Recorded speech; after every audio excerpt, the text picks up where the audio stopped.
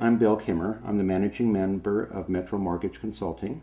With me today is Terry Boyd, and Terry was the manager of the branch at Fidelity Title, where I did a lot of closings. We are doing a series, a 9-part series of short clips regarding short sales, foreclosures, and options that are available to people.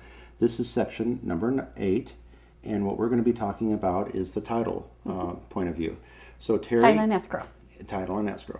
And so Terry, you worked for Fidelity Title and you work for Fidelity. Can you tell me a little bit about yourself? I can. I was the branch manager for the West Metro branch. I've been in the industry for 22 years, and recently I have been promoted to the development training manager within the Fidelity family. And so I worked closely prior to that closing short sales. Okay. In your branch, can you give me some idea of how many transactions you closed on an average month? Yes. Out of the resales that came into the branch, we had approximately 78% that were short sales. 78%. Okay. And out of that percentage, you probably had different ratios as to transactions that were closing and transactions that didn't close. Yes. I know that working with a number of agents that I work with and looking at the statistics from the National Association of Realtors, their statistics state that there is about an 80% failed sale rate when a real estate agent attempts to do a short sale on their own. What's your experience with that? There is, and a lot of that I attribute to lack of knowledge and lack of experience and not knowing what to do. I will tell you, out of the transactions that we have, we estimate about 62% of the short sales that do actually successfully close, and we contribute that to agents and sellers procuring a short sale negotiator. Okay. My experience has been very similar to that. That is, if a short sale negotiator is not involved, the failure rate is pretty high. It's true.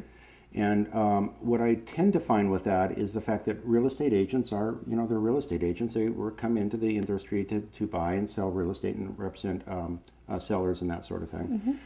Short sales are a completely different animal. We get into all sorts of negotiations, deficiency language, and so forth, and they're a very complicated transaction. From your side of it, from title side, what do you see with that? Well, they're long and they're involved, very lengthy, and sometimes the lack of communication between the agents and the parties. But most of all, getting that successful demand letter from the short sale teams at the banks, and normally it would be first and second position lien holders. Yeah. So I think what you're talking about at that point is for a short sale to close, we have to get an approval letter. That approval letter is going to state the terms and conditions that the sale is going to be allowed to occur. Typically what we're looking at is a approval letter that allows a certain amount of money to go to the first and second liens. We're also talking about deficiency language.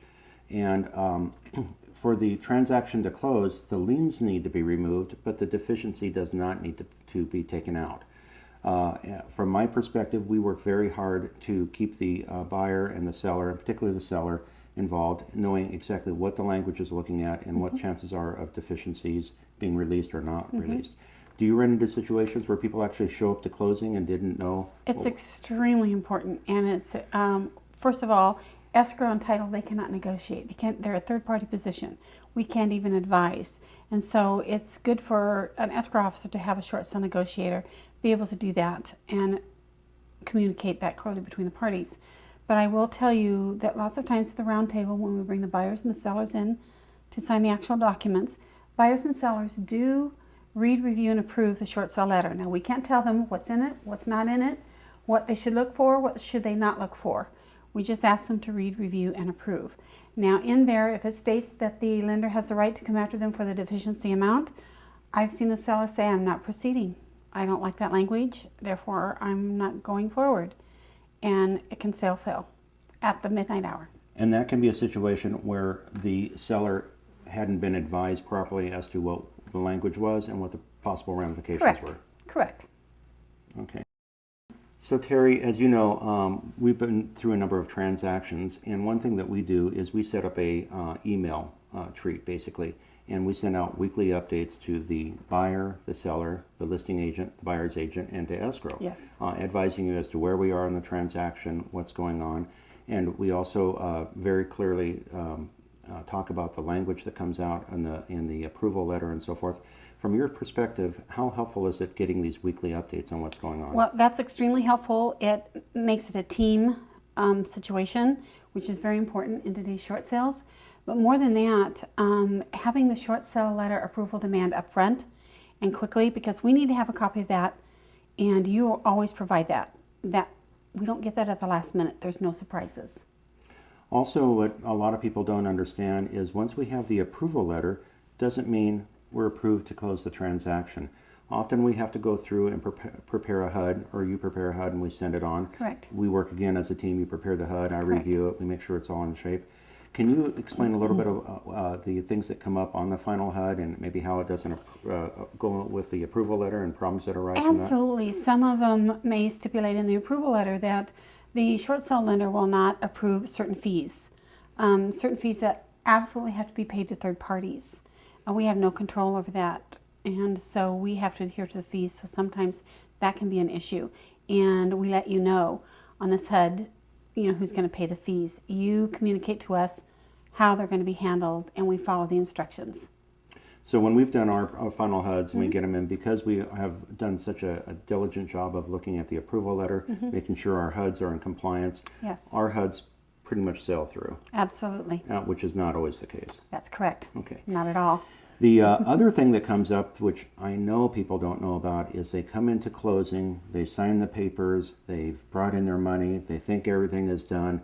We've sent off funds to the bank, we've sent off the approval to the bank. Everybody thinks everything is done, and it's not, is it? It's not. And can you just say some of the things that pop up on that and how we've handled those? Oh, we have had lenders absolutely deny or reject our wire on a payoff because there may have been mentioned, maybe there was an agreement that the borrower or the seller would sign a note. And that may not be necessarily in the approval letter, but it was a certain condition that the other parties understood.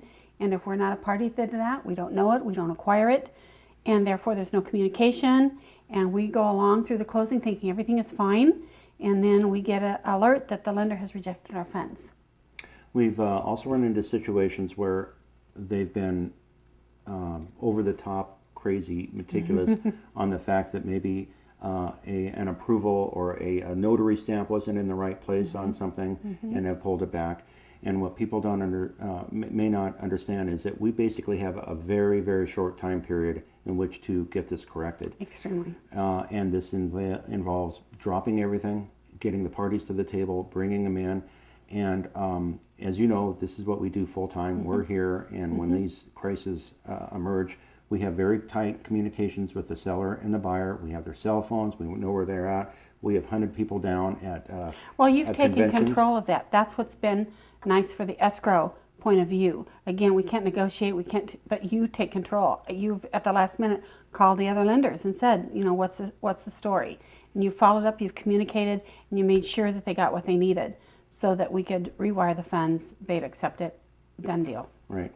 So from your perspective, it sounds like third-party negotiators are highly recommended? Highly recommended. Highly. Great. Is there anything you'd like to add? I'd just like to add that these short sales are long and involved. And I feel that the success ratio is higher if there's a short sale negotiator there, simply because they know what they're doing. And banks do work with these short sale negotiators because they communicate. They are prompt and accurate with the paperwork, which is extremely important. Doesn't add any delays. And that is huge when it comes to the closing table. Okay. Well, thank you so much for coming Thank you in for to see having us. me.